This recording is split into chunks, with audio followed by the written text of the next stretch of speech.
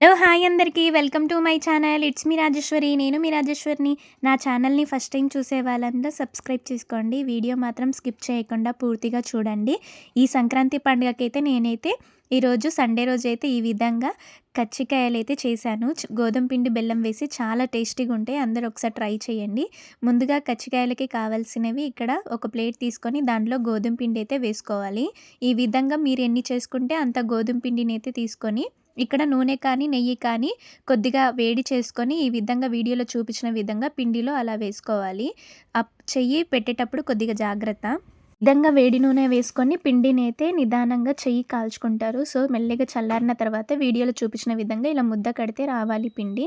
So, ఇలా అయితే మొత్తం నూనె కొంచెం వేడి చేసుకున్నాం కదా! అది అంతా కలుపుకొని మధ్యలో కొద్దిగా వాటర్ పోసుకొని ఈ విధంగా వీడియోలో చూపించిన విధంగా మనం చపాతీని ఎలా తడుపుకుంటామో చపాతీ కోసమని పిండి అదే విధంగా తడుపుకోవాలి. ఈ విధంగా తడుపుకొని చక్కగా ముద్దలా చేసుకొని పైన కొద్దిగా ఆయిల్ వేసుకొని వీడియోలో చూపించిన విధంగా మూత పెట్టేసి మనమైతే ఒక 15 మినిట్స్ అయితే పక్కన పెట్టేయాలి పిండిని. కజ్జికాయల్లోకి మనమైతే ఇక్కడ స్టఫ్‌లోకి కావాల్సింది ఎండు కొబ్బరి అయితే తీసుకుంటున్నాను నేనిక్కడ. ఎండు కొబ్బరినైతే తీసుకొని చిన్న చిన్న ముక్కలుగా కట్ చేసుకుంటున్నాను.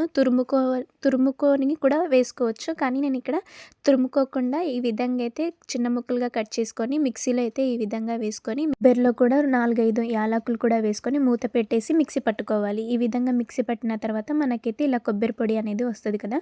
సో, ఈ కొబ్బరి పొడినైతే ఒక ప్లేట్ తీసుకొని నేనైతే ఆ ప్లేట్‌లోకి అయితే వేసుకుంటున్నాను. ఈ విధంగా కొబ్బరి పొడి ఆ ప్లేట్‌లోకి వేసుకున్న తర్వాత ఇక్కడ కొద్దిగా బాదం పప్పు, జీడిపప్పు కూడా డ్రై ఫ్రూట్స్ వేసుకొని ఒకసారి మిక్సీ ఇలా పట్టుకొని కచ్చాపచ్చగా పట్టుకొని ఆ ప్లేట్‌లో పక్కన పెట్టుకున్నాను. ఇప్పుడు పొయ్యి మీద ఒక ప్యాన్ పెట్టేసి 2 స్పూన్ల నెయ్యి వేసుకొని మన బొంబాయి రవ్వ ఉంటది కదా! సన్న రవ్వ. సో, దాన్నైతే వేసుకొని బాగా రోస్ట్‌గా వేయించుకోవాలి. ఈ విధంగా వేయించుకున్న తర్వాత ఇందాక పట్టుకున్న జీడిపప్పు, బాదం కూడా ఉన్నాయి కదా! అదీను ఎండు కొబ్బెర దాంట్లో వేసుకోవాలి. ఈ విధంగా ఎండు కొబ్బెర కూడా వేసుకున్న తర్వాత స్వీట్‌కి తగ్గినంతగా ఇక్కడ నేనైతే బెల్లం వేసుకుంటున్నాను. బెల్లం తురిమి పక్కన పెట్టుకున్న బెల్లాన్ని అయితే దీంట్లో వేసుకొని ఈ విధంగా 2 కప్పుల బెల్లం అయితే వేసుకొని పొయ్యి లో ఫ్లేమ్‌లో పెట్టుకొని ఈ విధంగా ఆ మిశ్రమాలన్నీ కలుపుకోవాలి.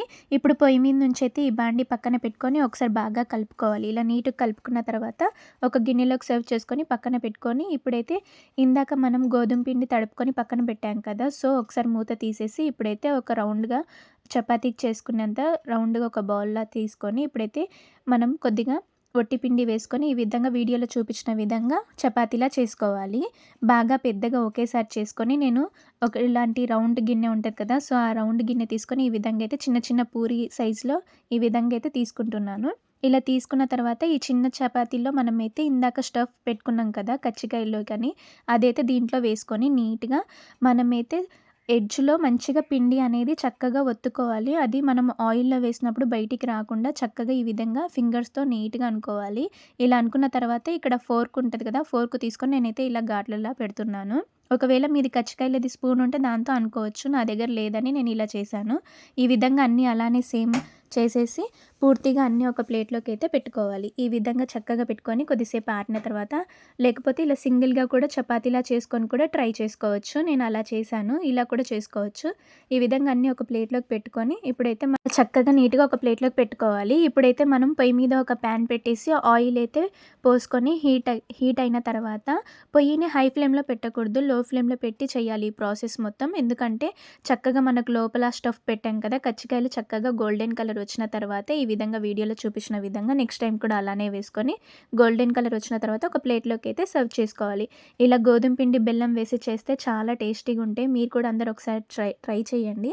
ఈ విధంగా కజ్జికాయలైతే బావుంటాయి. పిల్లలు కూడా చక్కగా అందరూ పెద్దలు అందరూ చక్కగా ఇష్టంగా తినొచ్చు. చూడండి ఎంత క్రిస్పీగా వచ్చినాయో చాలా బావుంటది. ఈ విధంగా లోపల స్టఫ్ కూడా నీట్‌గా కుక్ అయిపోయింది. మీకు ఈ వీడియో నచ్చినట్లయితే లైక్ చేసి, షేర్ చేసి, సబ్స్క్రైబ్ చేసుకోండి. మీరు ఈ పండుగకి ఏమేమి పిండి వంటలు చేశారో కూడా కామెంట్ చేయండి. Thank you for watching. ఈ విధంగా మీరు కూడా అందరూ ఒకసారి ట్రై చేసి ఎలా వచ్చిందో కామెంట్ చేయండి. వేడి వేడిగా అయితే కజ్జికాయలైతే నేను ఇలా చేశాను గోధుమ పిండి, బెల్లం వేసి. మీకు ఈ వీడియో నచ్చితే ఒక లైక్ చేయండి. పండుగకి ఇంకా మీరేమేమి ప్రిపేర్ చేసుకుంటున్నారో అన్నీ నాకు కామెంట్ బాక్స్‌లో చెప్పండి. Thank you for watching. అందరికీ హ్యాపీ సంక్రాంతి అడ్వాన్స్‌గా.